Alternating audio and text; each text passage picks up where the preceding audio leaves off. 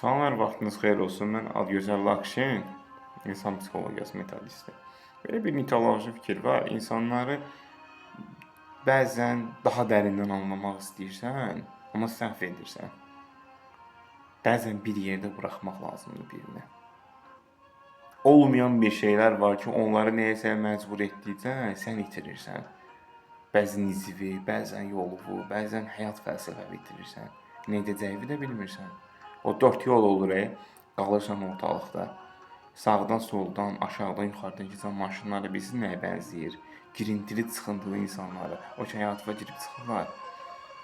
Sənin yolunu belə itirməyə səni vadar edirlər, səni məcbur edirlər.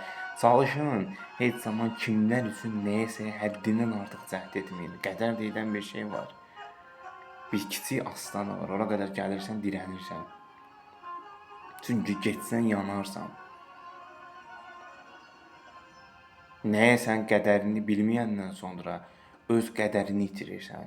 Həyatda bəzən edəcəyin bir şeyləri unudursan, bəzən səbəbsizcə o qədər hissizləşirsən ki, bəzən pis olursan, bəzən yaxşı olursan. Bilmirsən niyə? Çalışın, qarşınızdakı insana əsasən dəyişin. Həddindən artıq dəyər verməyin. Çünki siz dəyərsizləşərsiniz.